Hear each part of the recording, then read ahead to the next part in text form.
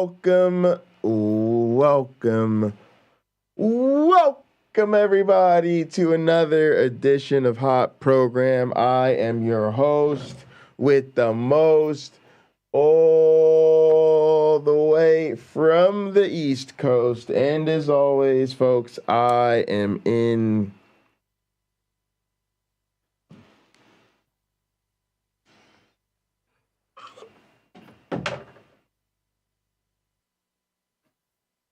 airplane mode, and I am joined by a man who would not buy a product from Asus if it was made by Jesus, a man who needs no introduction. How are you doing today, my one black friend? I am very well, thank you so much, and extremely excited about today's show. Yes, let's hope I'm hoping for the best, because we're doing the reaction thing, and when you're doing the reaction thing, you haven't seen it, so we don't know what's in store for us. We don't know what's in store, but I love answering people's tough questions because it brings them peace and relief, or it disturbs the crap out of them. That can be tough for all of us, but I just, I love letting people know, there's an answer, and it's not the crap you thought. I kind of I don't know what we should call it, but it feels like horse betting or something. Sort of the idea of I like to predict where people are going with certain things and then see if they go where I predicted them to go. I am someone who has actually taken care of horses. And so I've distributed a lot of horse betting in my life. Yeah. Awesome. Best job I ever had. All right. Well, we are in the cafe and gather. If you want to come hang out and be a part of the show, just pop up on stage. Otherwise, just come link up with the gang. All right, let's jump into this and see how it goes. What? Oh, you got the African guy in here? Hello, everyone. I'm Professor Plank. I respond to various theological and ideological questions and claims from a rationalistic and naturalistic approach in an effort to give and explain the opposite viewpoint and help to balance the conversation. Today's video comes to us from a channel called Inspired Walk, who have come up with 10 questions the atheists cannot answer. It really would behoove them to call it something more appropriate, like 10 questions for atheists, or even 10 questions atheists will not like, or something like that. Something that would actually apply to these questions. Because I'm not the first, or even the 50th atheist who's tackled these questions. And tons more can and have done so just without putting it into a video format. I find that there are very few questions directed at atheists that we actually can't answer. More like the theists just don't like the answers we tend to give. Our answers don't follow their playbook of God did all these things, and so they take our answers as basic non-replies. 5 seconds after we've given them an answer, they forget it entirely and assume that we have no answers at all to give. So attempting to answer them here may be just shout. Okay, so Professor Plink here makes a very good point, and I think sometimes the question is a diversion. They don't actually want an answer to the question. They just don't want to hear our side of the argument that disproves their side of the argument, which is why the answer doesn't matter, because they want to continue in the thought vein that they already have. I find these videos are probably generally very insincere. And why I say that is that their questions can seem insincere. It would be wonderful to see someone say, here's what the answer to this question would mean to me, because here's how it would change how I see whatever. In this case, it's their faith, right? It would change how they view their faith practice. It would change how they view the Bible. Like all those people who think the King James is the best version of the Bible, when you tell them it's not, they don't change their mind. They just think you're wrong, right? You'll probably have 3% that are willing to change their mind based on hearing that, oh, it's made from less reliable and newer manuscripts than things being translated now. We found more manuscripts. That will actually mean something to some people, but to most people that think the King James is the definitive Bible, it will not register with them. It will not have the value that you could hope it would from someone who's actually open to a true understanding of that material and the material world at hand. Thank you. Please resume. Shouting into the void, at least in regards to any theists who may see my responses, but hope springs eternal that something might get through the Jesus haze and end up sticking in their minds. So let's have at it and give these 10 questions a listen.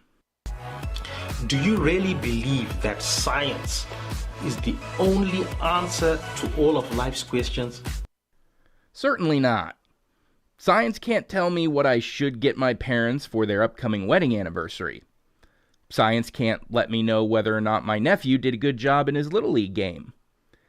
Science can't tell me when or if they're ever going to get around to making Buckaroo Banzai versus the World Crime League while Peter Weller is still alive. Look, there are plenty of questions in life that science is ill-equipped to answer. But if you're looking for answers regarding things like the origins of the cosmos, the relationship between matter and energy, how atoms bond together to do all of the amazing things that they do, the origins of life, diversification of life, how the weather works, what the stars are, the movement of the planets, and if you seek real knowledge of how everything in the world around us functions, then yeah, science is how you get to that. Theology, mysticism, superstition, these things don't get you anywhere except lost in the dark, wondering why the light of your torch went out, even though you invoked the name of the fire spirits to keep it going. If God doesn't exist, why do you care if people worship him? I want this one. There are currently 6 states in the U.S. that do not teach evolution in their schools because of pressure from evangelical. Did you want me to pause it? Yeah. Yeah, I just saw the raise my hand button today. I didn't know. Oh, okay. I didn't know that was a thing before. I would see all those things down there, and like I don't know why any of that's there for me. Sure. Now this is a very important question this man asks. So if a God exists, if no God exists, why do we care if people still worship him? If no God exists and people still worship him, we have some people not embracing reality. They're embracing a delusion that can be harmful to them in many ways. Now, let's focus on the Bible here, because that's often where this guy is coming from. He's coming from a biblical perspective. If the God of the Bible isn't real, then all those sacrifices people had been making over centuries, be it giving up their own, resources their family needed, like goats and sheep and cows, so that they can be slaughtered and then barbecued to please some God that isn't even there.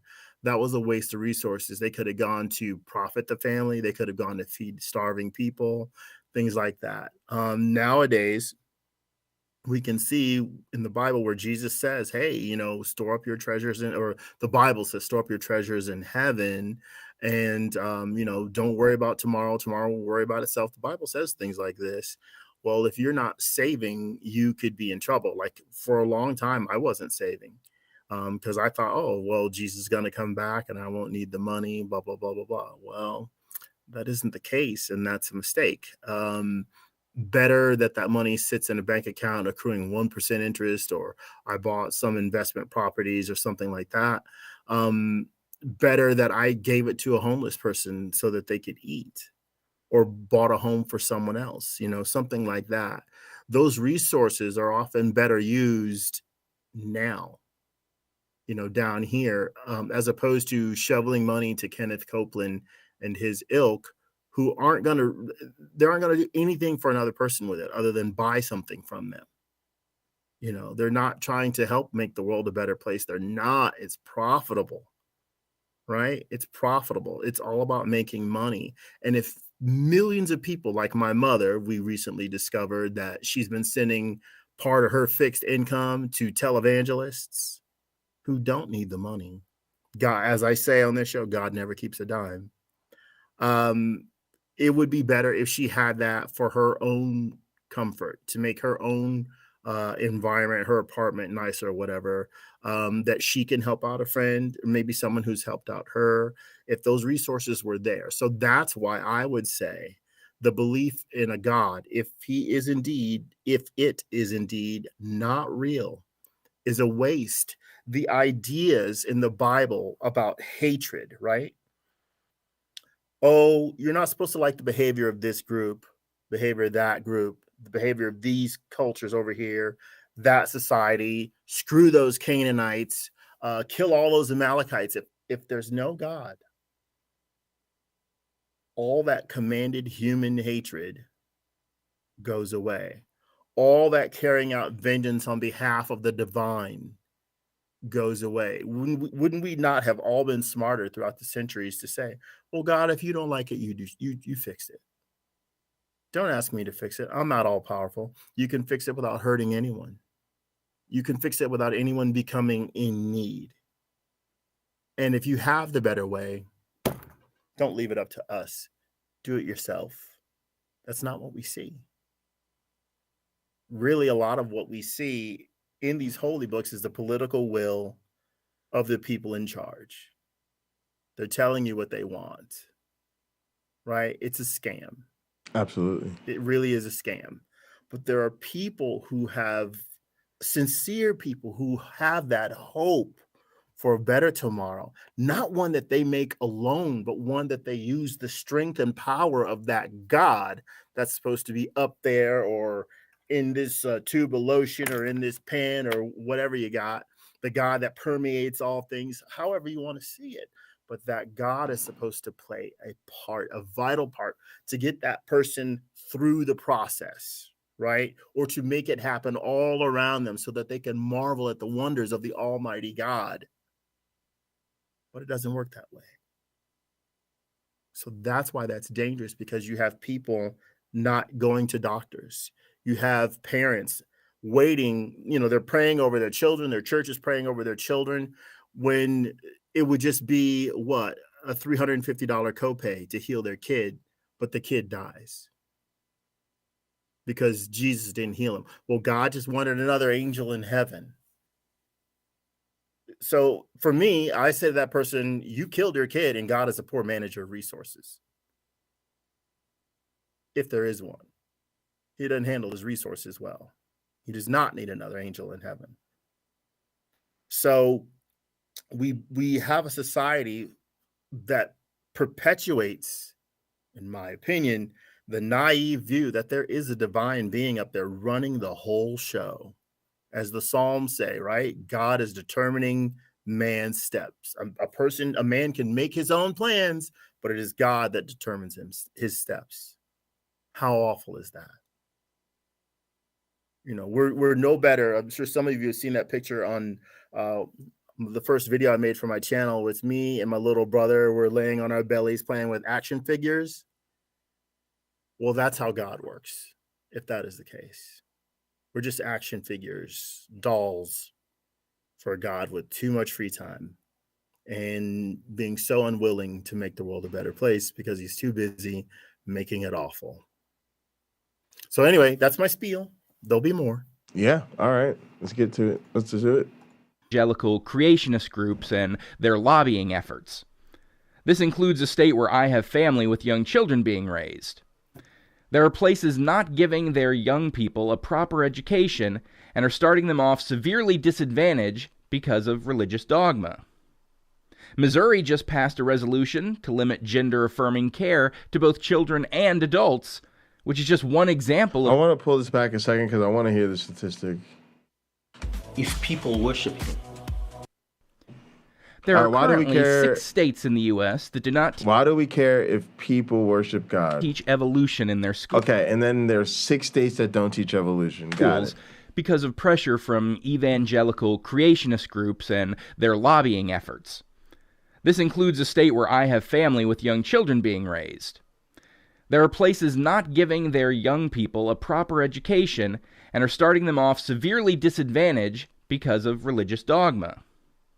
Missouri just passed a resolution to limit gender-affirming care to both children and adults, which is just one example of a myriad of similar proposals, laws, and bans targeting the trans community, at least in part because of religious notions that God created man and woman and he doesn't make mistakes. Historic anti-LGBTQ legislation, apostasy laws, hate crimes perpetrated by one religious group against another, shunning of the deconverted, rejection of medical treatment by fundamentalist organizations, particularly... Good. Okay. So, I'm going to quote Ezekiel 20:25. I'm going to give you context by starting in 24 and going to 26. When he talks about these laws that clearly religious people are putting forward, right? Because they want a theocracy. I think you should read the whole book before you commit to a theocracy. There's 613 commandments, not 10, right? But this is an admission in the Bible that there's a problem, that the God of the Bible put a problem in there. And there may be some way of how to resolve it, but they got to acknowledge there's the problem there. And in my view, a lot of the planned hatred we see against like trans people, gay people, this ethnicity, foreign people trying to get into this country and all that stuff, it should all go away. It should all go away. And we need to use our brains, right, to figure out what we should be doing. We should use our brains to figure out, hey, maybe this sort of behavior shouldn't be tolerable. Instead of me barking about how many trans people or who's drinking a Bud Light or whatever, maybe it's more important that we get the pedophiles out of the church. If I'm Johnny Christian, maybe that's more important. But Johnny Christian probably knows you're freaking powerless. You'll never fix that problem.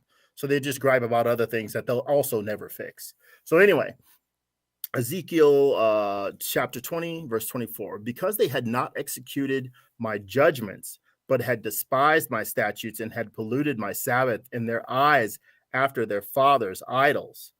Therefore, I also gave them statutes that were not good, and judgments whereby they should not live. And I polluted them in their own gifts, in that they caused to pass through the fire all who openeth the womb, that I might make them desolate to the end, that they might know that I am the Lord. So, okay. So what the Bible's God is saying in verse 25, because he didn't like the way that they didn't follow everything he said, he gave them statutes that were not good and judgments by where they should not live. So maybe some of these laws they're trying to pass and passing today are based on those statutes. Do you really want to kill a person for working on a Sabbath? Is that really fair? Do you really want to kill adulterers? Is that really fair? And so on and so on and so on, right? So again, judgments by where they should not live. And so God is so offended by all of this that he makes a rule that they have to kill some of their children, their firstborn children. This is in the Bible. I'm not editorializing. This is in the Bible. And in case you want to challenge someone, hey, can you explain this to me? Ezekiel 20, chapter 20, verses 24 through 26. I have rarely put this before a Christian who would give me an answer that was something other than, well, God does that for a reason sufficient to him. This ought to be despicable in the eyes of everyone who hears it. This really ought to shock and horrify Christians that this is the way their God thinks, if their God is indeed real. This is his process, one of vengeance. Right. Absolutely. Right? Well, God is merciful. Mm-hmm. Well, if you do everything he says, he's merciful. If you don't, he's probably going to try to crack your head open like an egg, or kill your kid, or have you killed, something like that. He's definitely got a plan that is rather nasty, right, in his reaction.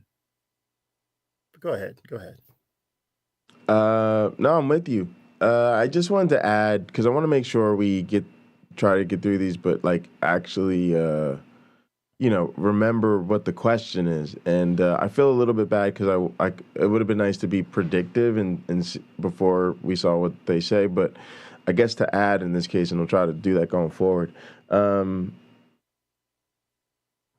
It's freaking scary. One of the reasons, so I'm trying to address the question of, like, as an atheist, why do I care if people worship God? It's because it scares the shit out of me. To me, God is a moral monster, right? God is the, genociding and, sacrifice my own son. You sacrifice your son. Hey, I was just kidding. There's a word for this.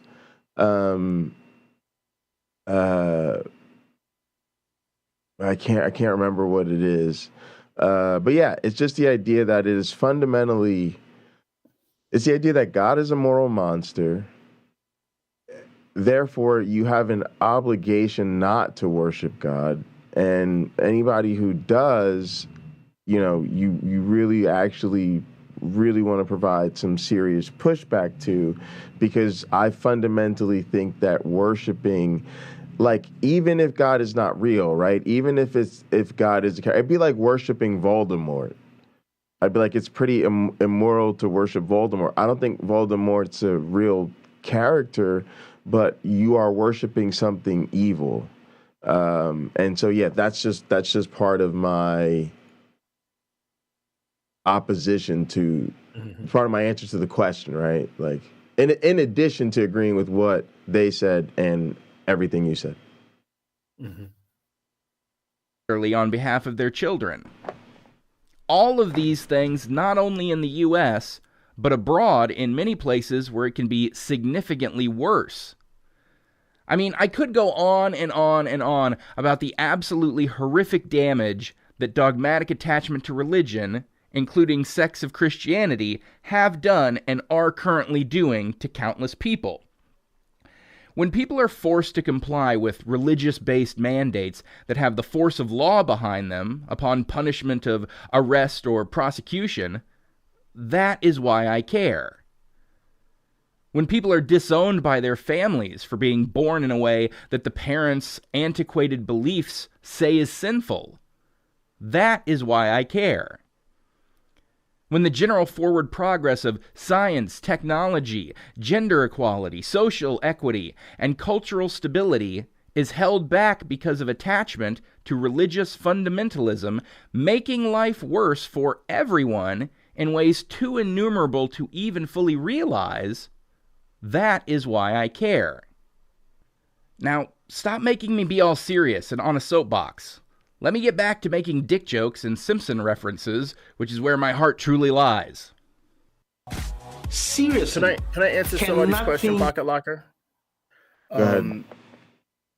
Forgive me, I'm not used to looking at the chat this way. Liz Allen commented, "Isn't the preacher working on the Sabbath?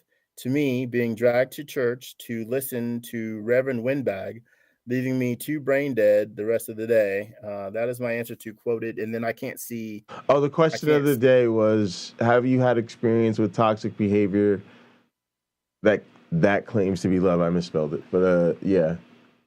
Okay, well, I'm glad you know. So the priest has to work on the Sabbath because they're sort of taking care of business of God. So that's okay. That's permitted. But it's the rest of us we're supposed to rest. And it's not supposed to be a heavy day for the priest either, as far as I've read. But yeah, it's an interesting thing. I like the Reverend Windbag comments because I think I've sat through a few sermons that were sleep-inducing.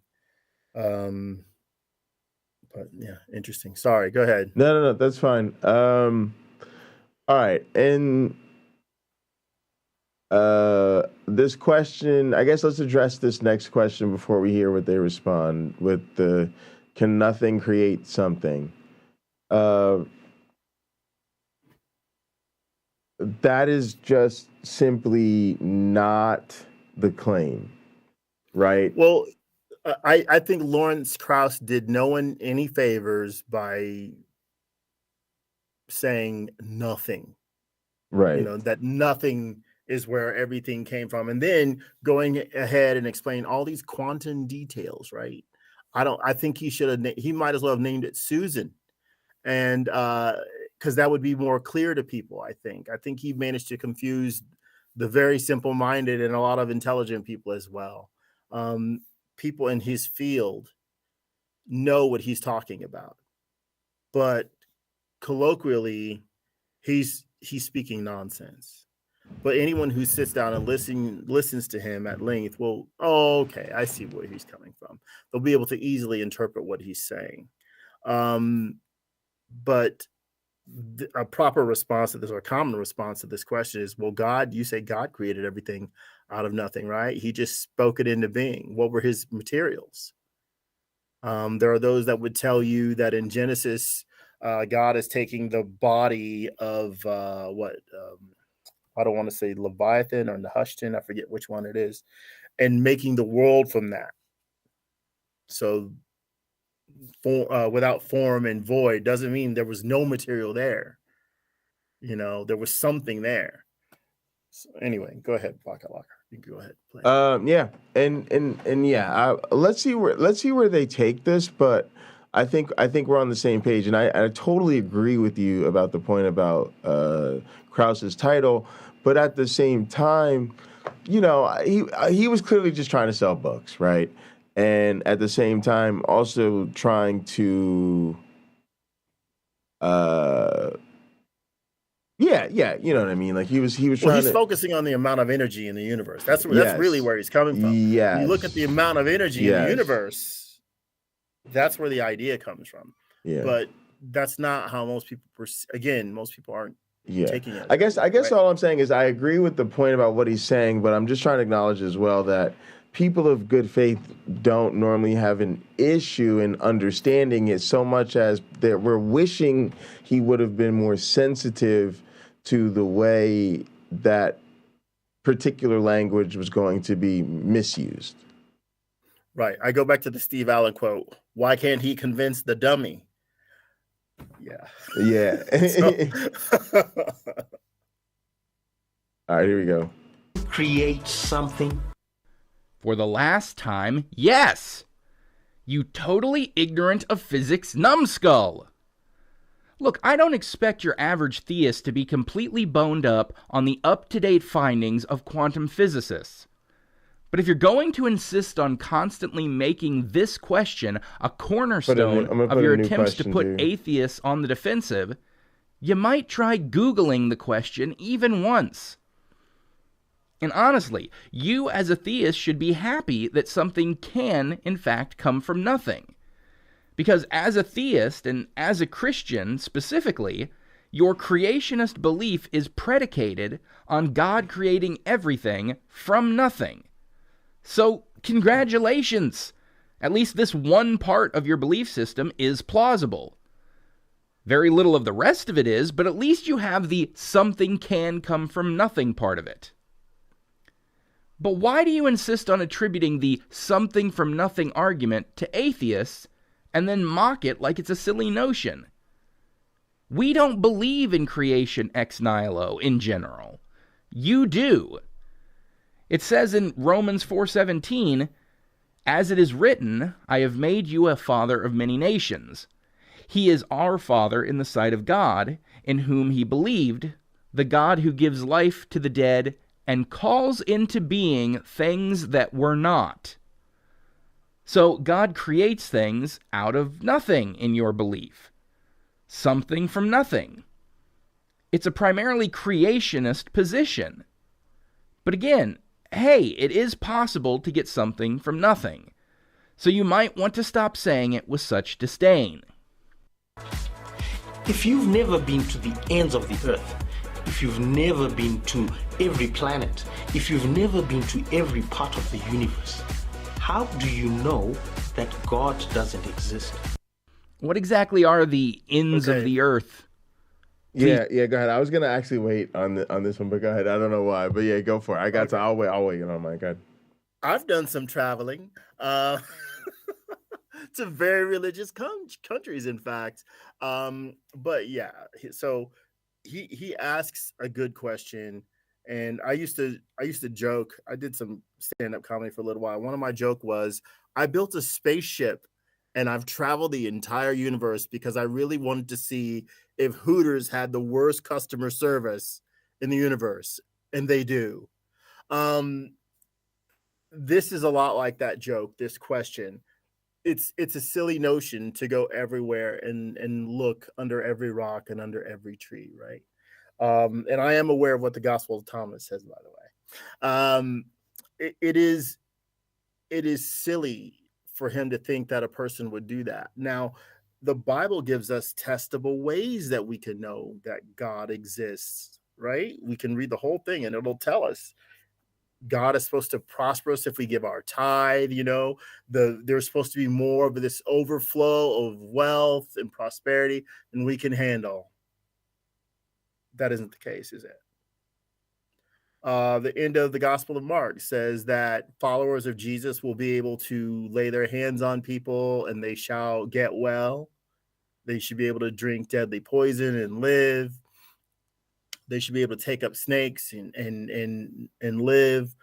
So let's not present anyone with an opportunity to be hurt. Let's forget it says anything about poison. Let's forget it says anything about taking up serpents. Let's just focus on the one thing that's really powerful that's there.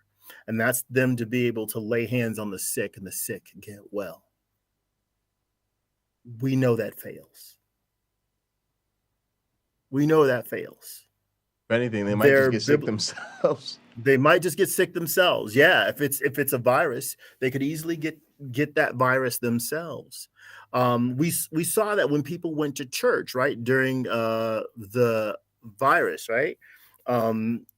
People went to church and got sick because of contact they had in church. Is God looking out for you if that is the case? My neighbor who passed away from the virus, his mother got sick with it and he went to take care of her. This is a church-going guy, right? The Bible will say, hey, look after the sick. That's what he was doing. And then he got sick. And inside of 2 weeks, it turned his lungs to jelly, basically. I think, again, this goes back to a previous question this man had about why do we care? The simple fact is he's believing in something that doesn't work on a grand scale, but what may be taking place, why people get so defensive about this topic of their Christian faith and that their God is real, is because to some degree, Pocket Locker, it works for them. And they think that's what's doing it. Like I'll try to pair it with I have an old car. It does everything a new car would do pretty much. So do I need a new car? So within their faith practice, even though it's based on false assumptions, it does everything the truth does for the most part. There's a few things my car doesn't have, like lane keeping assist, and it doesn't drive itself, and so on and so on and so on. But it does mostly everything the brand new fancy car does with all the options. I can't go 200 miles an hour unless you drop it from space, maybe. But other than that, it's pretty good. It's pretty much the same. And I think that's where this guy ought to realize he's coming from. It does, his faith beliefs enable him to live to function in a world that is based on truth and reality. And there's enough overlap that he doesn't see a need for something new. The way he looks at it through that lens, right? Through those lenses, is the world is the way his book tells him it is. There's nothing new under the sun. Well, we have space travel now. We have cars. Earthlings do. That's under this particular sun. They didn't have those things back then. We had VCRs. They didn't have those back then. Mm. We have cell phones. They didn't have those back then. But there's nothing new under the sun. Ecclesiastes rings true. But it isn't. It isn't true. Right. For me, the way I can show that there's no God, and I do, we'll play this, but the reason I'm going to wait is because I actually think this is a really interesting question. But for people that don't know, like, I am a hard atheist in the sense that I am genuinely confident, almost more confident than anything in the world, or as confident as I could be, let's say, about anything else I accept to just be a plain fact, that there's no God. And that's hard for me to realization to come to as a former believer. But the reasoning is just quite simply that the origin of all gods is the human imagination. It's coming to that realization, like, if there were no people, would there still be trees? Yes. If there were no people, would there still be frogs? Yes. If there were people, would there still be gods? Absolutely not. Mm-hmm. And so I think we have enough data collected to suggest that there's that these mythical beings don't exist, and also we've modeled the way enough of the way the universe and world works without the need to appeal to fictional creatures. And similarly, I have no hope that down the road we should leave room open, because down the road we may discover that dragons are actually responsible for everything. To me, God's no different. It's just a fictional character. Mm-hmm. Yeah. Oh, all right. You ready to go? Well. Let me provide a look. Ahead. Let me offer one more test. Sure. So, if there is a God at all anywhere in the universe, to any beings that exist in the universe, I now petition that God, and because that God is just, right, and reliable, that God will come through. Tomorrow morning at 9 a.m. Pacific Standard Time, every child in every children's hospital and in their own bedrooms, if they're there, that are sick, will be healed. If there is a God, that God will see to it that happens. In addition, all military conflicts, all political conflicts, all wars will immediately also end at 9 a.m. Pacific Standard Time tomorrow.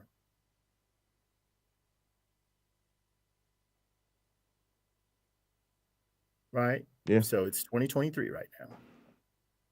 I couldn't be the first person with this idea. It's not possible. I think we're fairly certain that regardless of how much faith any of us had, that isn't going to come true. Right. And I will stipulate, my faith is not a factor as to whether or not that God will initiate that process and bring about those things. I don't have to believe. I just have to ask. So there we go. The process has begun. If there is a real God somewhere, tomorrow's going to be a really amazing day for really wonderful reasons. Please tell me you're not a flat earther and you believe in an ice wall. The Earth doesn't have ends. It's an oblate spheroid. But the point is about not having been everywhere. The claim being that if you haven't been everywhere in existence, haven't seen everything there is to see, then how can you know God doesn't exist? This is a rather silly question. What, God's hiding on the dark side of the moon or something, and since we haven't been there, how can I say that he isn't hiding up there? What if I had been everywhere? What if our technology advanced to the point where we could, at our command, observe and examine any and every part of the entire cosmos? Then you just claim divine hiddenness. The God's invisible. ethereal, untouchable, and undetectable so long as he doesn't want to be detected. So don't be obtuse. May I The interrupt? fact that we haven't been everywhere is in no way a reason. What's up, Sean? Hey, Jay. Hey, Black. I love the old car analogy, by the way, Black, just because I have an old one. And but what it made me think of or go back to, and this might be something that really just like slapped me in the face while I was thinking about it, is obviously it doesn't do fuck all for them unless they stay in it, right? Like really stay in it. And for me, that's always been parallel to like drugs and booze, right? Like as an addict, you had to stay in it or the withdrawal was just fucking miserable, right? Like it's just terrible. But if you can break through that wall of withdrawal and get a few months out of it and get this, you're done. But if you're thick in it, right, whether it's 2 drinks a night or 12 or fucking blackout drunk, you're just constantly in it. And that's the only way you can really, like, that's the only way to stay, like, for me, to be an addict, to like stay in the booze or the drugs or whatever it was for that day, was to be full in it. Because every time I tried to come out, it was terrible. The tension was terrible. The withdrawals were terrible. It was just really terrible. Until finally I was able to like break through that wall, and it took a long time. But then once I was away from it, me personally, I never needed it. And that parallel to religion, because at least the Christians in my family and my friends, man, they are in it, dude. Every day it's reading the Bible. They wake up at 5:30 in the morning and start with prayer. They end with prayer. They fucking, 3-minute prayer before they eat every meal with the kids. Bible Sunday school or whatever the fucking vacation Bible school is, like all of this. Unless they're like, for me, when you guys were just talking and giving those examples, for me, it obviously is problematic for them in the sense that they have to stay in it. They have to stay on the belief to even remotely stay in it. They even still have doubts with reading the fucking book however many times a day. One friend of mine was like, I micro pray thousands of times a day. And Micro pray. He's like, yeah, dude, maybe that's a thing. Like I've heard a few of my friends say micro prayers. Like that's awesome. They've used the term or the verbiage, like the phrase micro prayers. And I was like, what in the fuck is wrong with you?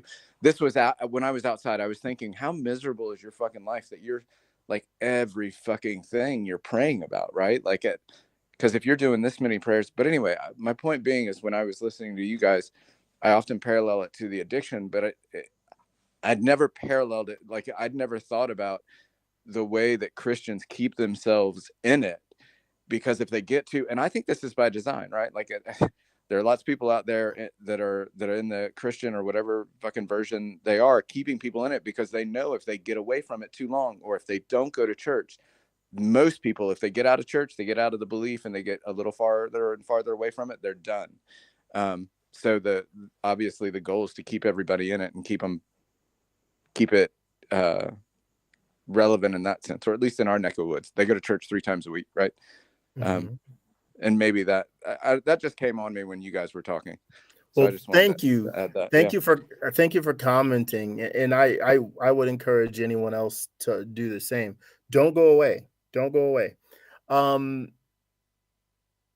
I really appreciate your comments, because you made me think about how much structure there is within this religion. And as part of that structure is the belief that if enough people fall away, they don't focus on, that means Jesus is coming back. Like Revelation said, the Bible says, the great falling away, and then Jesus is going to come back. It's that society will crumble under the weight of its own corruption.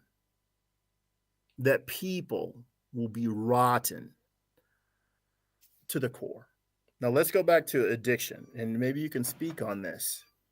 When you had a victory, when you could put together, let's just say 10 good days, right? Was it your victory? Or was it sort of, did you feel you were sharing that victory? Conversely, when you couldn't put together 2 good days, did you feel it was solely your failure?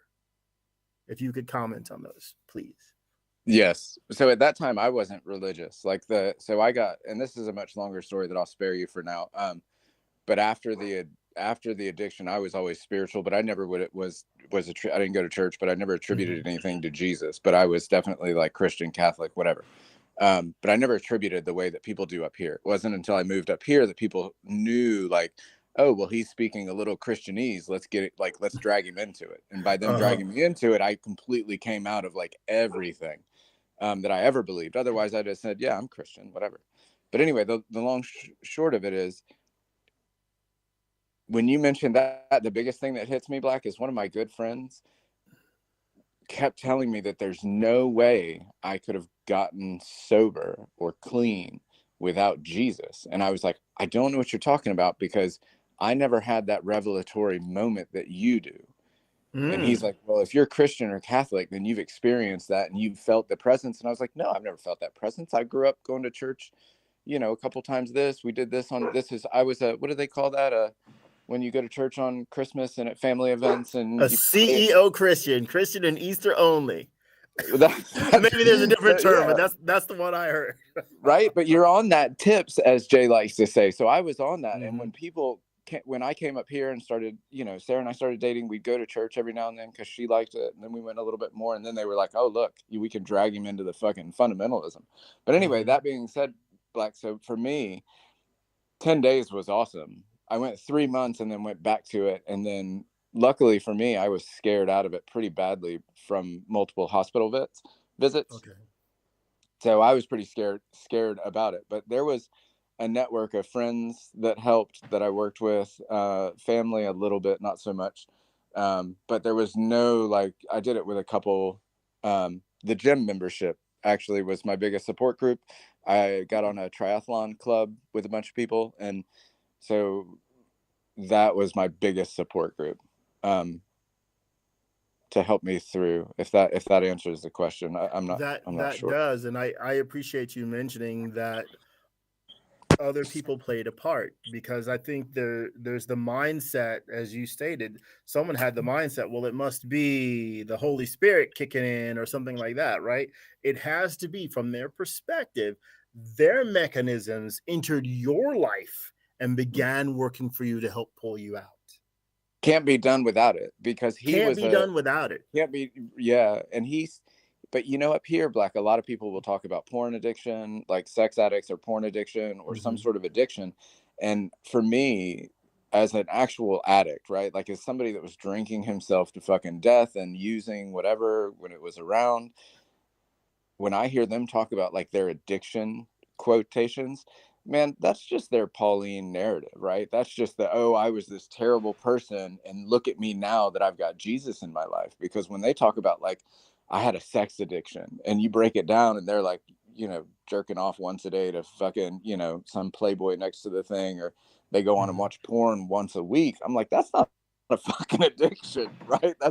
That's like in my world, that's nothing. Look, that's healthy, right? Like if you're jerking off a couple times a day as a 20-year-old male, that's fucking healthy. But anyway, all that aside, I don't think a lot of them understood addiction and what it is, because they're all told, in my experience, there are a lot of people that think they were addicts because the church is like, you're addicted to sex, you're addicted to alcohol, you're addicted to cigarettes. Absolutely. And they're like, shit, and for me, I've had this conversation, with somebody that just because he did some special K in college and ended up in the emergency room, he wasn't an addict. You're not a fucking drug addict. You right? You had a normal college experience. Unfortunately, a percentage of those go south, right? It's like a kid having a bad acid trip and saying he was a drug addict for 20 years. I'm like, you dropped acid once, dude. Give me a break. But because the way that they're brought up, because the church keeps them in this, you're addicted, and now look how much better you are with Jesus. But this goes into what you were talking about earlier, Black. They're not better. They get as many divorces as anybody else, if not more. They're fucking constantly in trouble doing whatever terrible shit they're doing. It doesn't look anything like there's a fucking Jesus, or it's all love, or it makes them any better than anybody else on the planet. And then when broached with that, they're like, well, you're just a sinner. We're all broken. I mean, we're anyway. all broken. Again, Yeah. as I have said, and again, I appreciate your comments. As I have said, when the Bible was being put together, it was put together by some supremely, although not divine, intelligent human beings, because they accounted for all the problems that would still be going on. They managed to take credit for everything and take the blame for everything too, to keep God spotless and faultless. So I think you're wrong in one sense. Tell me. I think it was all going on then. It was all going on then. These I don't people disagree. that were, one day science is gonna like be problematic, so we're gonna like put this in there. No, it was already problematic. Paul was literally like trying to get money so he could go fight the people preaching against him or preaching other gods or whatever it was. Like all of these things they were writing about. I think you're right. It's brilliant, right? It's done by the best, abusive, whatever you want to call it, like the abusive husbands out there of the time. But everything in it was already going on. All that pushback was already going on in their world. So they were just writing down their apologetics, but they were doing it, I think, like you said, very, very intelligent people were writing the best ways to combat the issues they were having. And we look at it now and they're like, look, it's foreshadowing all the problems we'd have because of science and because of brokenness and because of all this. No, it was already going on. People were already going on. Right. The earth is not fucking, 6,000 years old. It's not flat. It's not this. Like people were not as dumb as we like to think, or as Christians want us to think, that it was so ahead of its time. Well, I write that comments a lot on YouTube. I don't think the ancients were stupid people.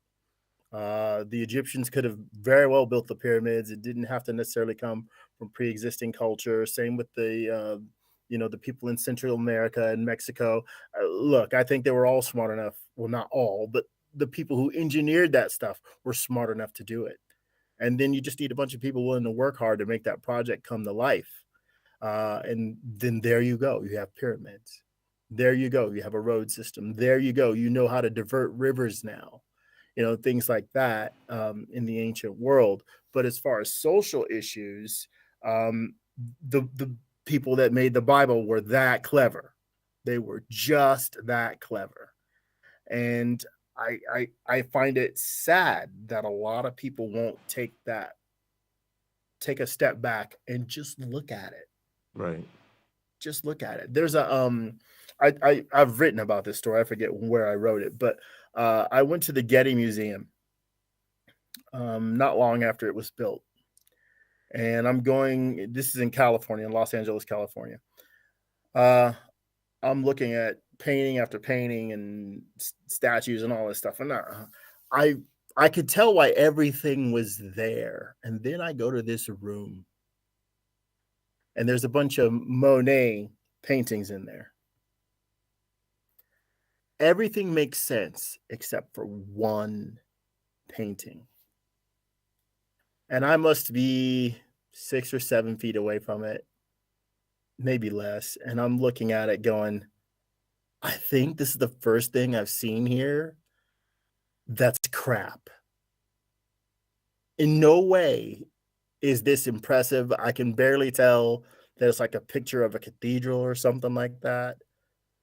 Why would this, it's like next to the haystacks.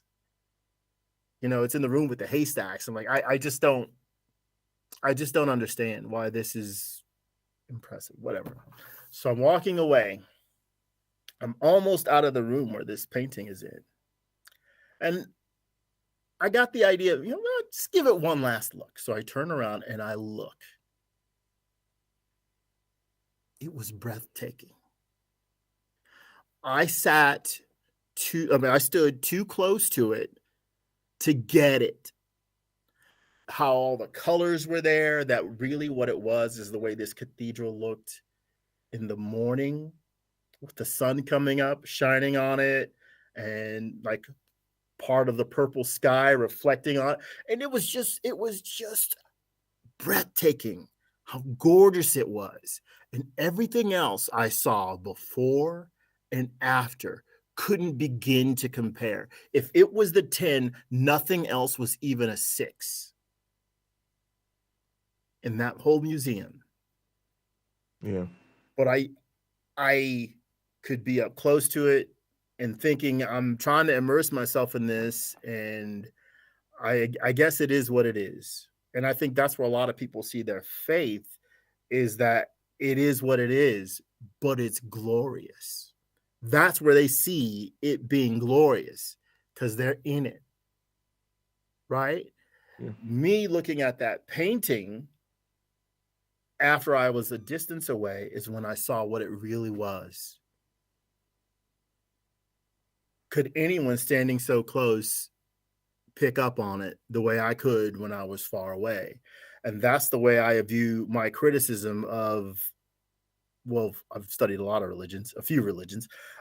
That's the way I view my criticism of this. Those people are so close, they don't get it in a way that I can, standing at a distance. I can see the beauty of it. I no longer see the brushstrokes, right, for that painting. But with Christianity and Judaism, I do see the brushstrokes, even from across the room. I stood up close to it. As a former writer, I know how to put these kinds of things together. I was in student government. I know how to manage groups of people. I've done it. So when I see that, I'm seeing a process. And I don't know that they still can, right? They don't see it the same process of, let's make people do this. We have to bind people together so that we can have a cohesive society that functions the way we want and benefits us the most. We'll do it by convincing them there's a God that will punish you if you step out of line. What do you guys think? Then the brainstorming starts. And they start writing scriptures to handle all the objections and keep the grift going. So wait, do you think, Black, that they were grifting from the go? Because I've always attributed it to like just really smart, like, so I think we all know really smart theists, right? Like, even though they may struggle now more than they ever have, but back then I just figured, you know, there were Greeks. I don't know. I never presumed that it was a grift from the go. I always presumed it was just really smart people, and then they kind of just started compiling together, right? Like, I think. Sorry, go ahead. No, you go ahead. You go ahead. No, man, y'all do your thing. Okay. That was the first time I was like, shit, man, do you think it's all a grift from the get-go? All right.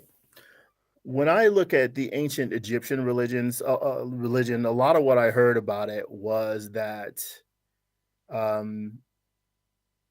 they're giving people a system to understand the world, how the universe functions. So if the first priests were scientists, whatever culture, right? People go to the shaman, and the Yanomamo Indians go to the shaman for healing. The shaman knows what to do. In the bush in Africa, they go to the shaman. The shaman is the priest. He's like a priest, a scientist, a social worker. That guy is one of the smartest guys in the society, or at least perceived as such. They know how to fix the problems. They know how to explain things to the people. If the first scientists are trying to teach the people about the world they live in, so what? Maybe they can better take care of it. They come up with allegories. You know, it's antelope. I love saying this. It's antelope and jaguar out on the plain, deciding how to create the rest of the world, deciding how to create people and birds and things like that, right? It's those two putting it all together to give the people an allegory that they could do something with.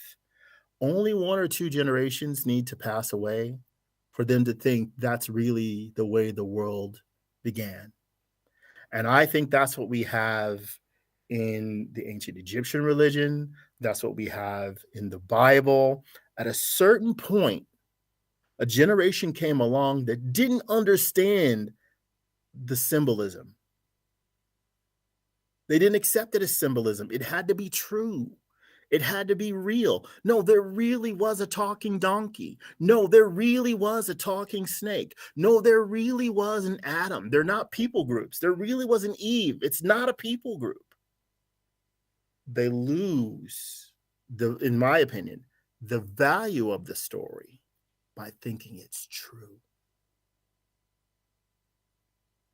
Allegory, Jesus taught in parables, right? But isn't a clever way to write a parable to have a character that teaches in parable? One parable after another. Right. Right? That proves that teaching in parables is strong. Giving, in a way, I think story problems in math were trying to solve this same problem, trying to help people adjust to math better by giving you a story problem. Okay, you pick the relative data out of the story, and now you solve the problem.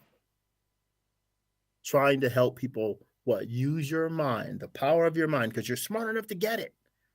But you got to understand what you need to pluck away to solve the problem and what you need to discard, because at this time, that information is not relative to the issue you are trying to resolve. So I think it probably began quite honestly, but at a certain point, it turned into grift. When they saw all that stuff coming into that temple, the Bible has it so the priests are not allowed to own land. Their inheritance is the scriptures, right? It's God, which means they control God. When you have all 12 tribes that are supposed to bring back their tithes to the temple in Jerusalem, how much money do you think they're raking in? You don't need to necessarily have a plot of land here. It's the ultimate welfare system where the entire society, everyone under the Hebrew sun, is walking in 10% of their stuff, whether they're flat broke and they're like that lady who throws in 2 mites into the treasury, or the rich people who buy into it and they're doing it too. As a priest, you're raking in huge amounts of money. You can't even spend it all. When the Romans raided the treasury in Jerusalem, they were able to use a lot of that money to build the Roman Colosseum. Do you mean to tell me that there weren't poor people that could have used that money? Do you mean to tell me that God didn't have some sort of system of, what would it, like on Star Trek with the transporter? All right, priests, it's you're done with your work. It's Tuesday. I need you to put all the gold and sacrifices, or gold and offerings, on the transporter. We're gonna beam it up to heaven because we got to make some more stuff up here. So those gold streets. Well, the streets are gold as of clear glass. So they're not gold the metal, they're gold the color. So they invented window tint, I guess, back then. So they could be tacky just like the rest of us now. Gold streets, you gotta tint that shit. He's like, wait, this is way too expensive. We're going to use gold tinted glass. Gold tinted glass. If you read Revelation, the streets are gold as of glass. It's glass. It's not the metal. So, we clearly know, right? That's not the case. They weren't beaming that gold and the silver that people were bringing, talents of gold, talents of silver. They had to burn like lambs and goats and cattle. And so God, Yahweh in heaven could smell the sweet savor.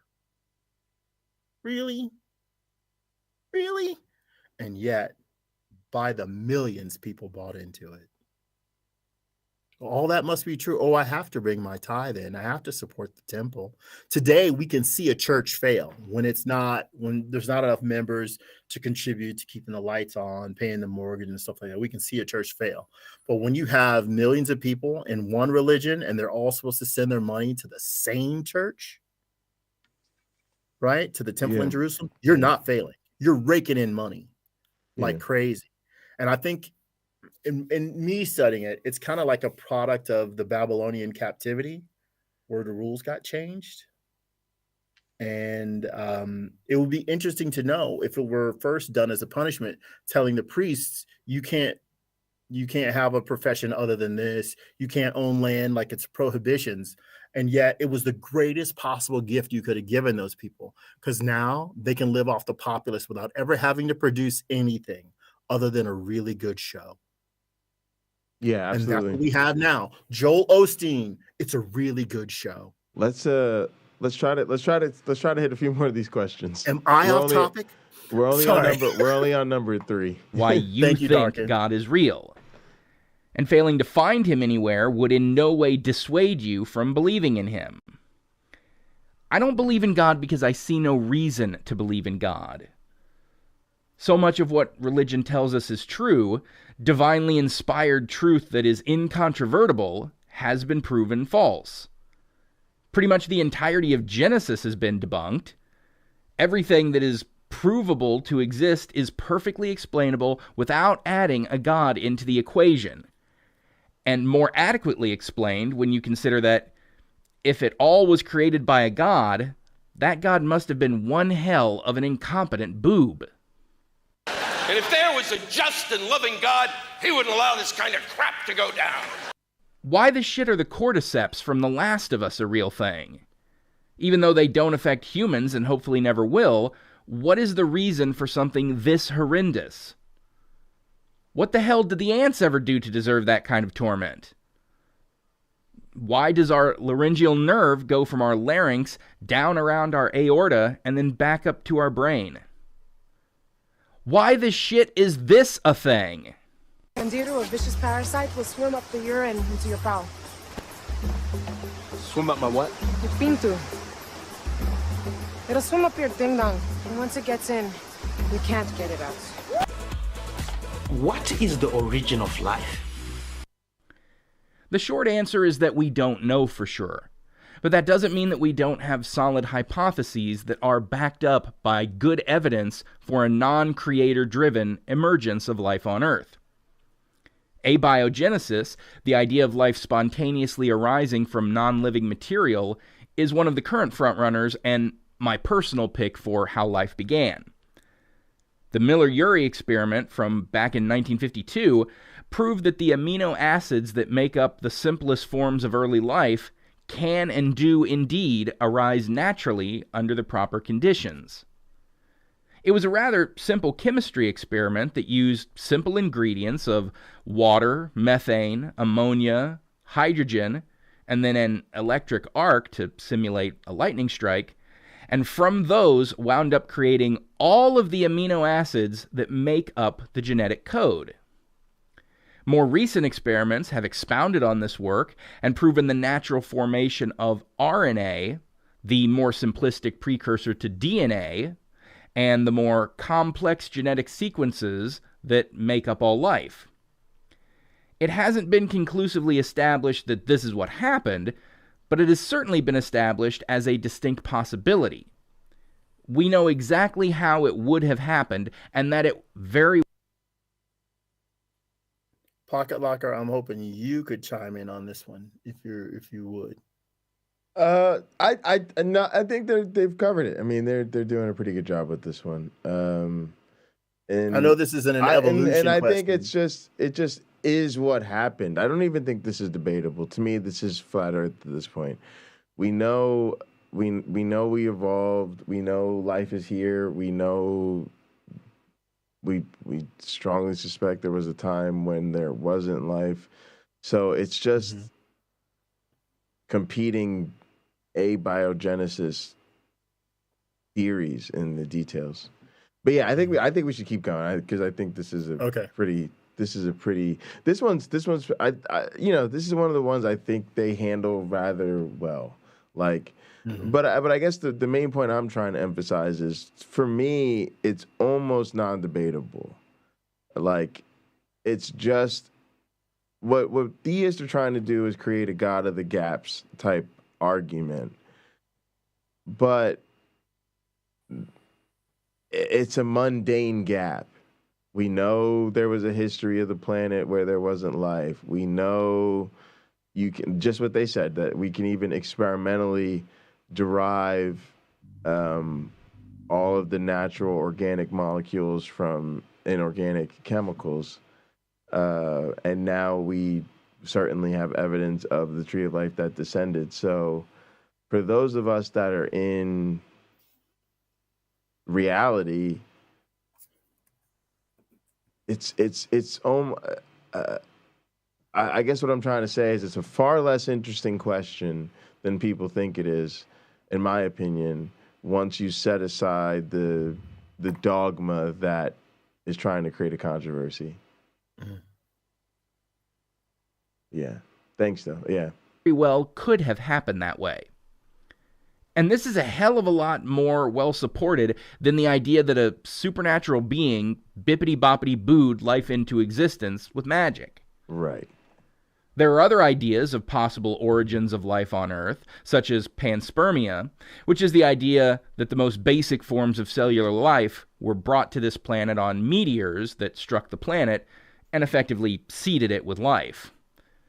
But this really just passes the buck back to the question of, well, where did that life come from? Right. But the point is that we have every reason to think life arose naturally with no intelligent direction of the process. If humans are animals, then where does our sense of justice, where does our sense of morality, where does our sense of what's right and what's wrong come from? Humans are a social species. Our domination of this planet and the vast and so impressive this one I think is also evolutionary. I just think even within groups, like you have to think not just about between groups. You have to not just think about evolution as affecting individuals, but it works on populations.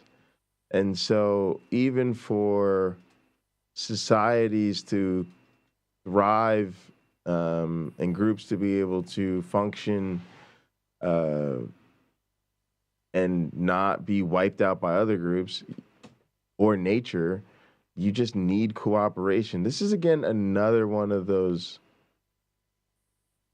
kind of silly issues. Yeah. Well, I think we can look at the Bible itself and just focus on one character in the Bible, the character of God. All right, fictional character. We can look at his behavior where he looks at the world at the time of Noah, decides, there's this one righteous guy and his family. I'm going to wipe out every other single person on the planet, except for Noah and his family. We'll preserve these 8 people.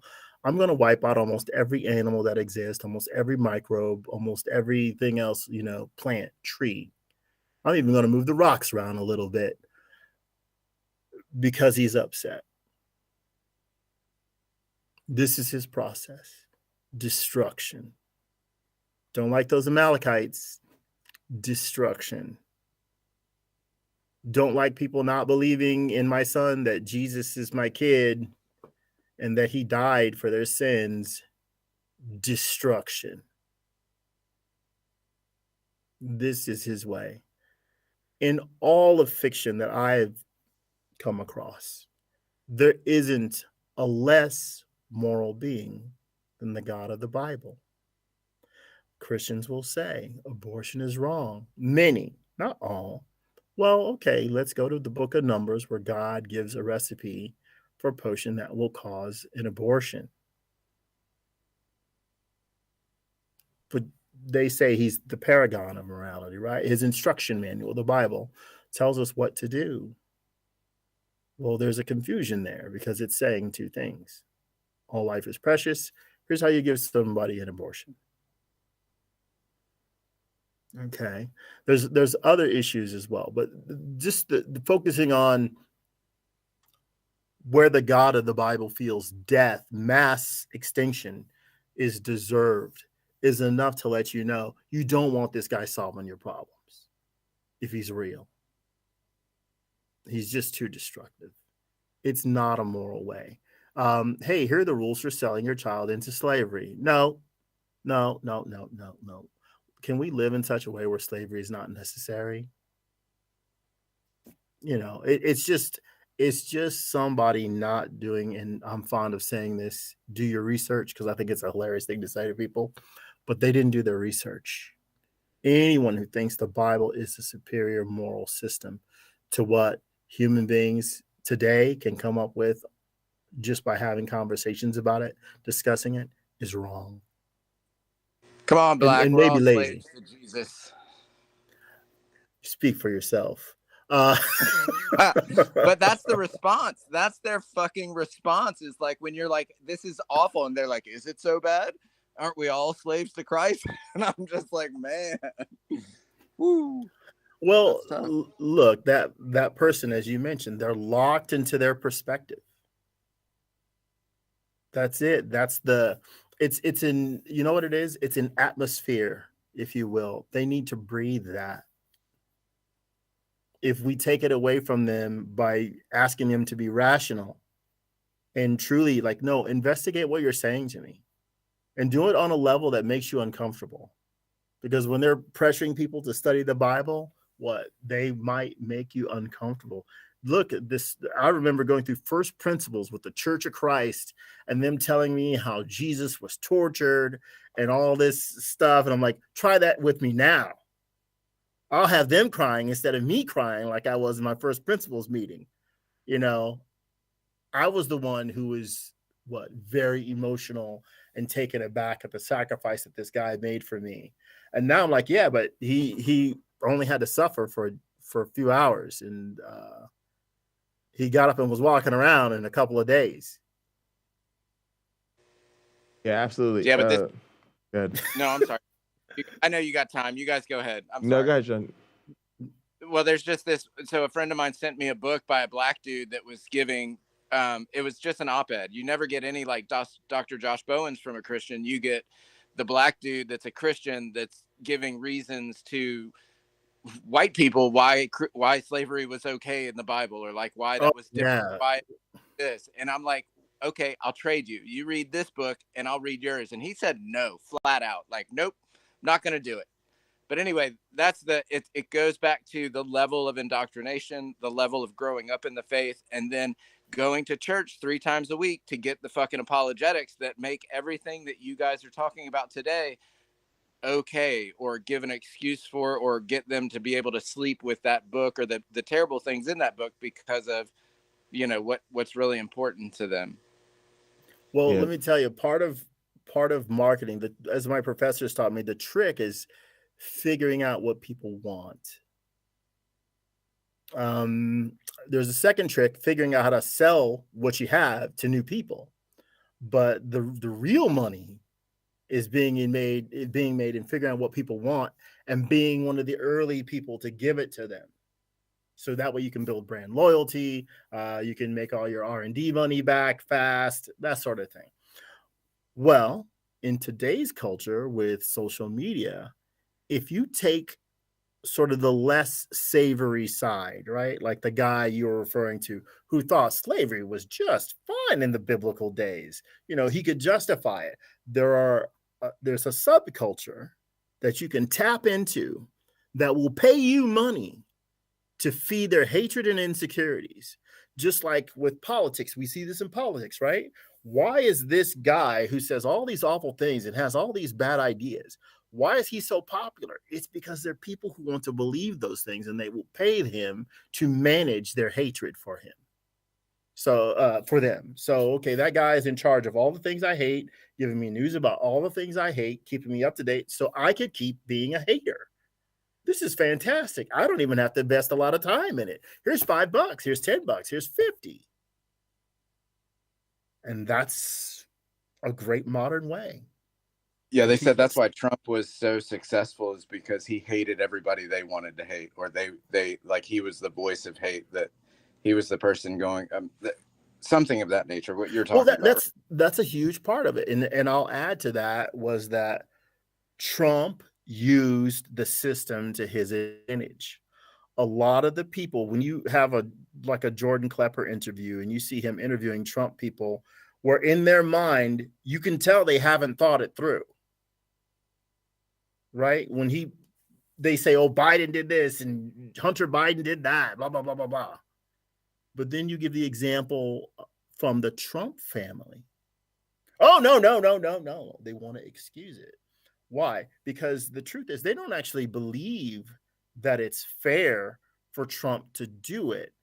It's they don't want to look stupid. Yeah. Oh, yeah, but I didn't want to start politics. All right. Yeah. Let's keep going. It's all politics. It's all politics. All right. Society's Oh, sorry. Go ahead. People love to hate. Sorry, Jay. Yeah. No, Let's keep going. Yeah. Do your thing.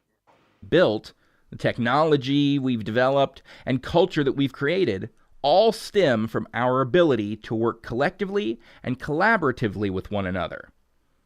Without that collaborative ability, we would have never moved beyond cave-dwelling hunter-gatherers.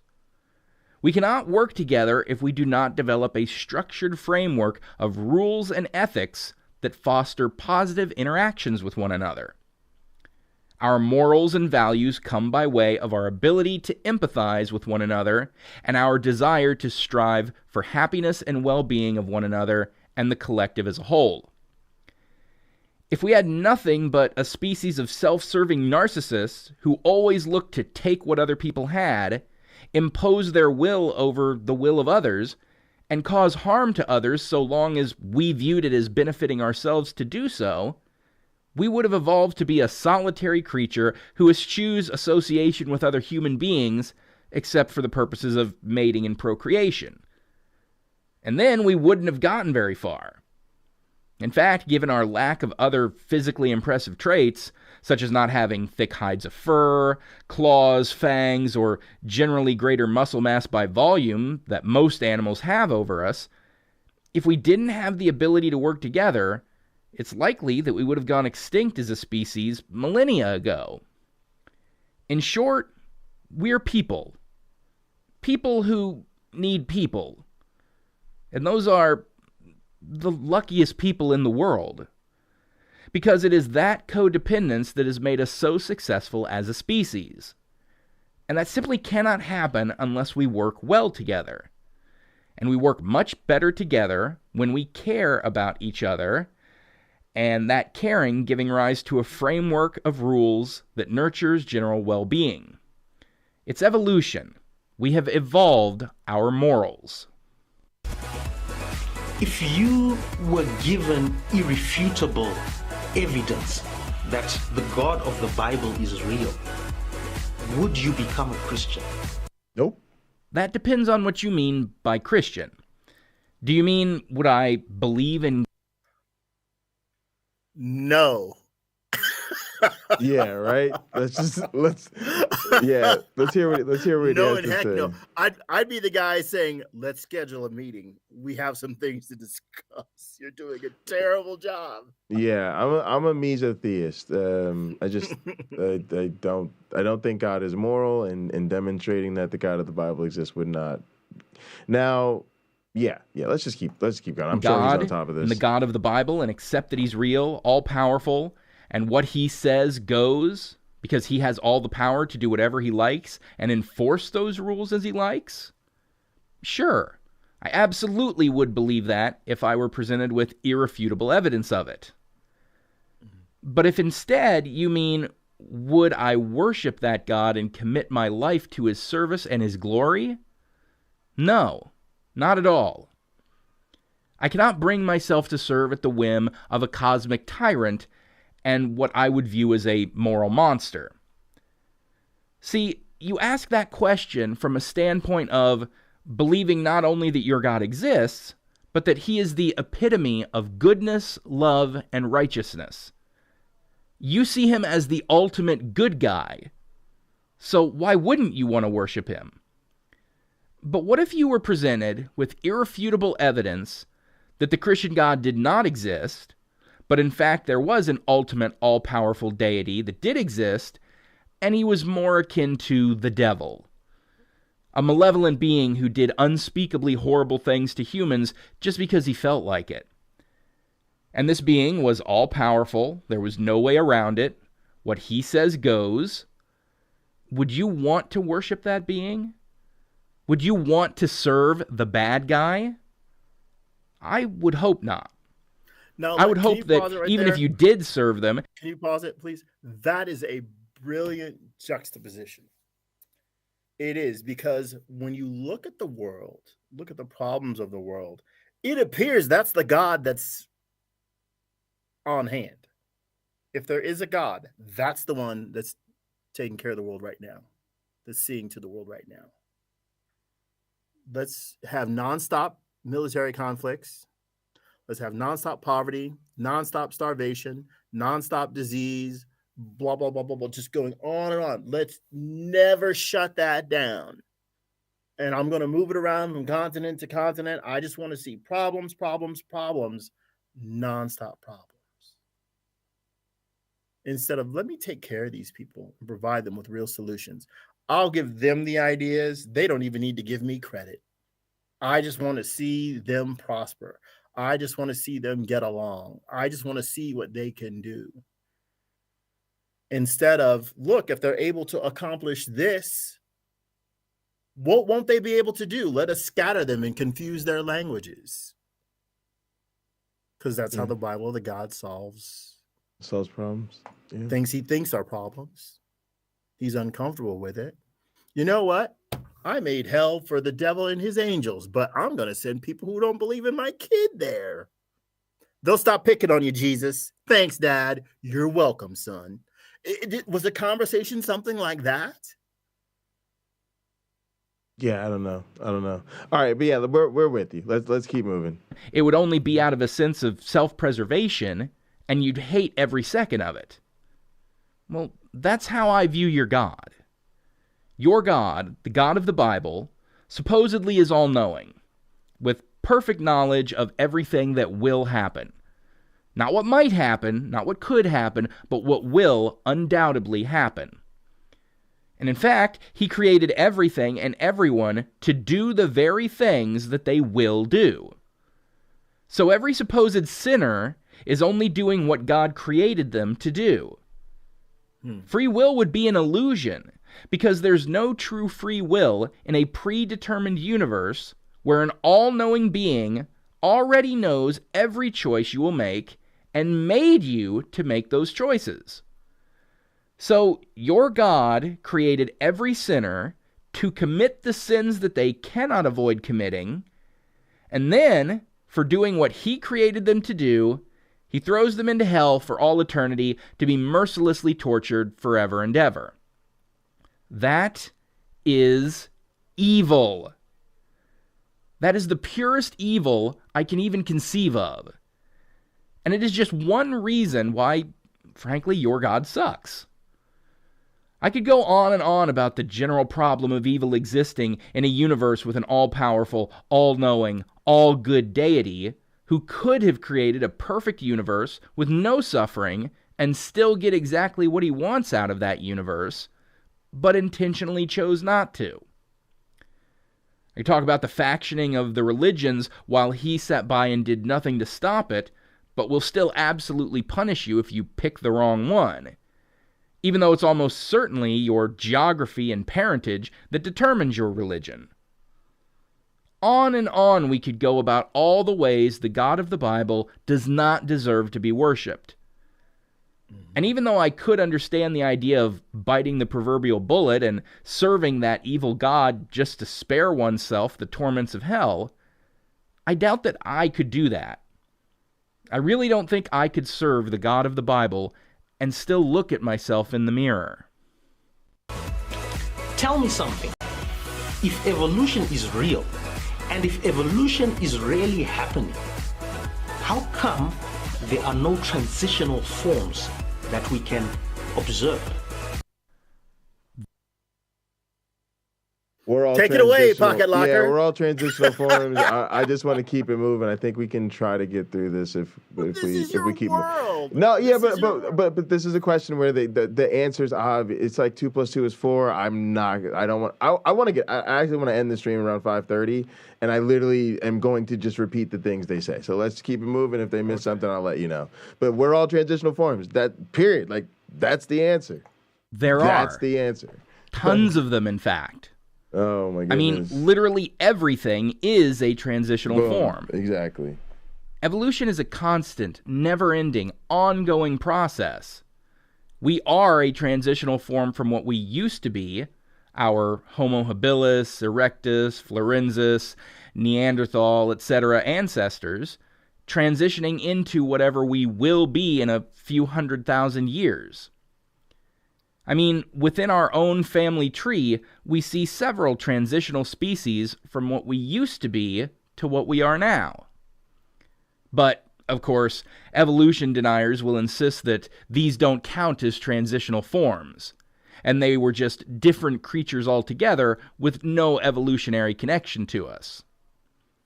We have examples of transitional forms that link dinosaurs to modern-day birds, showing the clear changes from scales to feathers, limbs to wings, reptile to avid.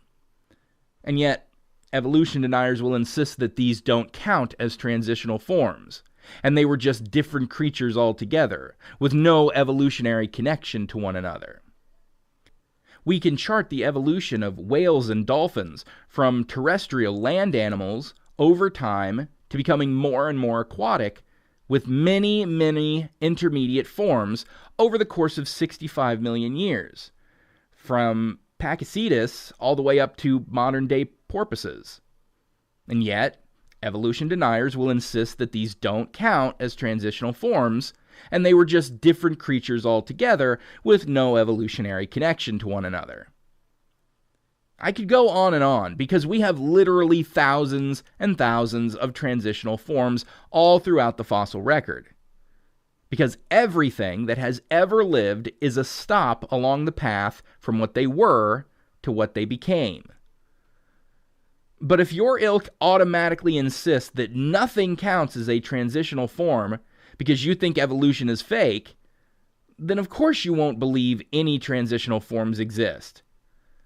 So it's pretty damn dishonest of you to insist that we produce transitional forms as proof of evolution when you will dismiss all of them as not counting as transitional forms. Do you live according to what you believe, or do you live your life according to what you lack in belief? This seems like a malformed question. It's so strangely worded. Hang on a sec. Well, go ahead. You got a comment? Do you live according to what you believe, or what you lack in belief? I'm immediately reminded of the little engine that could. I think I can. I think I can. I think I can. Immediately reminded of that. What's your thoughts? I certainly have thoughts on Actually, let's hear what he says and then we'll post, because I don't even. I'm similarly confused with what the Stephen means. Oh, okay. No, Yeah. I'm according to what you lack in belief. This seems like a malformed question. It's so strangely worded, right? It's not just me, is it? I mean, I live my life according to many things. Some of the things I do or don't do is based on what I believe in. Some of it is based on what I don't believe in. Much of it doesn't take beliefs into account at all. For instance, I believe it's good and helpful to return my cart to the cart return instead of leaving it sitting next to my parking space. So I return my cart. That's living by a belief. I don't believe in vampires, so I don't walk around with cloves of garlic around my neck. That's living by something I don't believe. I know based on empirical evidence that touching fire will burn me, so I steer clear of sticking my hand in a fire, and belief doesn't enter into it. My ignorance of geometry and spatial reasoning is why I hit the cue ball the way I do, resulting in missed shot after missed shot. So see, some things are based on beliefs, some things are based on lack of beliefs, some things are based on knowledge, some things are based on ignorance. Now, I lack a belief in any god or gods, so I don't pray or attend worship services for the gods that I don't believe in. And when people who do come into power or legislative authority and attempt to force others to comply with their religiously imposed mandates, I speak out against it due to my lack of belief in the thing motivating their oppressive governance. And when fundamentalist Christians find out evolution, something they don't believe in, is being taught in schools, their heads damn near explode. That's acting and living by something they don't believe in. If God... Okay, let me jump in on that one. So yeah, go ahead. Yeah. I live according to what I believe. The things I don't believe in, that's an interesting take. So I'm going to focus on the first part. Some years ago, I had some friends who fell on hard times. They're really wonderful, generous sisters, and they were living in their cars. And we were hanging out and talking, and they said, "Oh, we're trying to get another place. We should have another place within the next 2 weeks." And I said, "Well, come over to my house, my apartment. You can stay there. I'll give you both keys. You come and go as you please." 2 weeks turned into about 3.5 months of them being there. I did not believe that a God would smile on my two very generous friends and give them a home, someplace where they didn't have to put down a deposit for rent, someplace that wasn't too expensive, that was somewhere in the San Fernando Valley in Los Angeles. That's not what happened. So when they left, they said, "Oh, well, we saved up some money. We wanted to give you a little something because you've been paying all the bills while we were here." And when they gave me the money, I'm like, "I actually don't want your money. I want you two to be okay." And they insisted that I take it, so I did. Who knows what I bought? Some years ago, 3 years ago, probably 3 years ago, next week maybe, someone who I didn't know, who was living in her car, made me aware of her situation. I says, you can stay at my house. You can come and go as you please. So I dropped her off at the airport, or at the bus depot. So she's moving to Texas. I dropped her off at the bus depot yesterday. She lived here 3 years. I told her, "You do not have to pay rent." She says, "Well, what can I do?" I'm like, "Wash dishes maybe," which she did. I didn't think a God was going to help her out either. The money that I donate to family members or homeless people that I meet, when they tell me, "Oh, thank God," or "God bless you," I says, "No, I bless me. This is as a result of my hard work and generosity. I don't think a God is going to do a darn thing for you, because I don't think there is one." So it's up to people like me, and it's, believe it or not, it's up to people like them too, because when they rise above their situation, they need to look around the world with compassion, and they need to, in my opinion, they need to act on that compassion, as I do. Growing up, I was eating government cheese, eating government rock candy, which is delicious, by the way. I was doing that. I was getting toys from those organizations like Toys for Tots, where they donate toys to poor people and things like that. I've literally said to those people doing that in modern times, "Tell me what you need, and I'm going to go in the store and I'm going to bring it back to you." Yeah, I mean, that's awesome. I've done I've seen the help that I was given, and I don't give a crap about what the people's religions were. That makes no difference to me. Sure. I've seen the help that I was given, and none of those problems have been resolved. Right. So they're all still problems in society, and so clearly a God is doing nothing about it. Jesus loved the poor. Right. Jesus said, "Love the poor. They will always be with you." Why don't you fix that, Jesus?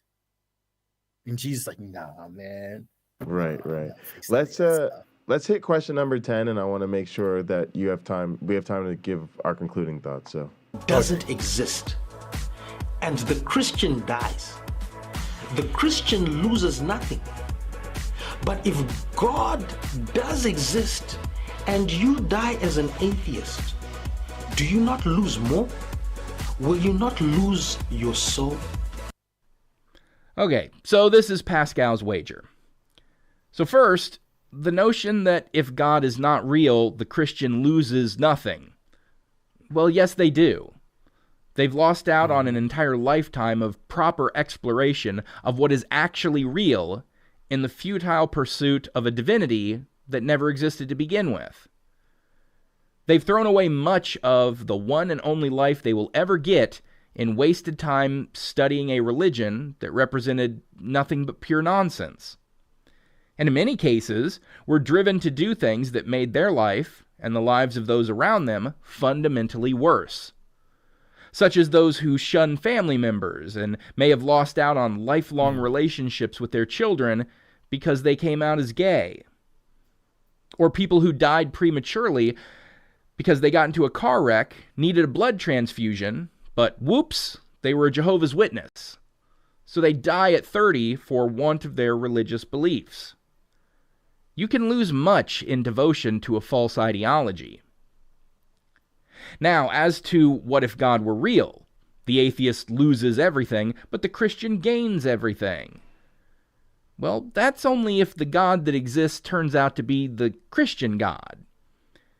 You're just as fucked as the atheist if the Islamic God turns out to be real, or any of the other thousands of gods that have been worshipped throughout human history that demand exclusive worship from humans upon pain of eternal punishment and torment if they choose the wrong religion. And here's a mind bender for you. What if all the gods that humans have proposed are all false, but there is an actual all-powerful God who created all of these false religions, but specifically left no conclusive evidence of any of them, in order to see who would glom on to these false religions and who would remain skeptical of them. That God then rewards the skeptics who were not taken in by false beliefs. And all of you religious people who were bamboozled by all the various faiths are judged as unworthy of paradise and cast into hell. In that case, in the event of that God, the atheists gain everything and the religious lose. So your thought experiment only works if the only God that is possible is your Christian God. And that's just Christian hubris at play. If any God exists other than yours, you're just as screwed as everyone else who doesn't follow them. Hebrews chapter 11 verse 3 says, "By faith we understand that the universe was created by the word of God, so that what is seen was not made out of things that are visible." I don't care what it says in your holy book. And from here, he just regurgitates a lot of the standard theist talking points. All right, yeah, which is all this video is. So for me, I'm just gonna get us going here and just say my takeaway is that these questions are stupid, and they reflect a lot of arrogance and smugness, the way people assume that these are challenges. They also aren't meaningfully questions for atheists. They're really questions for other theists. In other words, they're used to me to really parrot and proliferate talking points. Now, what is very useful about these videos is that these talking points are quite often what run-of-the-mill Christians will ask you, because they've picked up these talking points normally from the pulpit, but if not from apologists. And so you do need to be prepared to answer them. But for people to put them all together and play stupid and act as, oh, I'm just asking questions, I genuinely don't understand how atheists respond to this or that.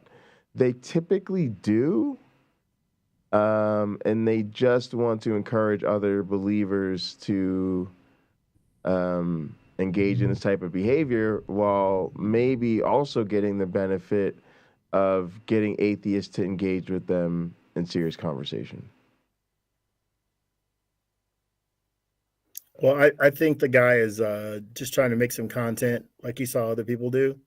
A sincere and maybe he did this and we just don't see it, is asking atheists who watch his program to reach out to him so that he can interview them and ask them these questions in real time. Then we can see how he responds to the answer. So maybe we want to send him a link to us making this video and give him an invitation. Look, if you'd like to talk to either one of us or both of us, Right. we'd be happy to talk to you about, your questions, because maybe he has more than 10, right? Right. And if he's just looking to make money off the videos, well, he can make a series then. I'll be glad to talk to him and answer 150 of his questions. Yeah. Atheists trying to answer my question series. Yeah. Hey, bro, you got questions. I'll make the time. I'll make the time. My job assignment, I don't have another one immediately. So, ask me this week. So I'll try to find that guy and reach out to him and send him a link to our broadcast. The channel's called. Oh, you know what? I don't know what the channel's called because we're watching the response video. Let me see. So the original channel. I'll write it down when you're ready. Oh, he's responding to Inspired Walk is the name of the channel. Inspired Walk, yeah. Yeah, Inspired Walk. Yeah, so that's about as much as I've got. So yeah, I appreciate everybody so much for tuning in. This has just been a great episode. Please don't forget at 9 p.m. Eastern we have our weekly community meeting and gather. So please join us at 9 p.m. Eastern and gather. And we'll sit down and chop it up. Otherwise, please like the video, subscribe to the channel, share the video with other people. Please subscribe to the Casino Theater and Arcade channel for gaming content, and the Hunter Biden's laptop channel for sort of work along, kind of hanging out streams. All those links are down in the description. Also, that's where you can find the links if you want to become a member through Ko-Fi and help sponsor our gather capacity. Appreciate everybody so much. Otherwise, be good to yourselves and each other. Until next time, folks.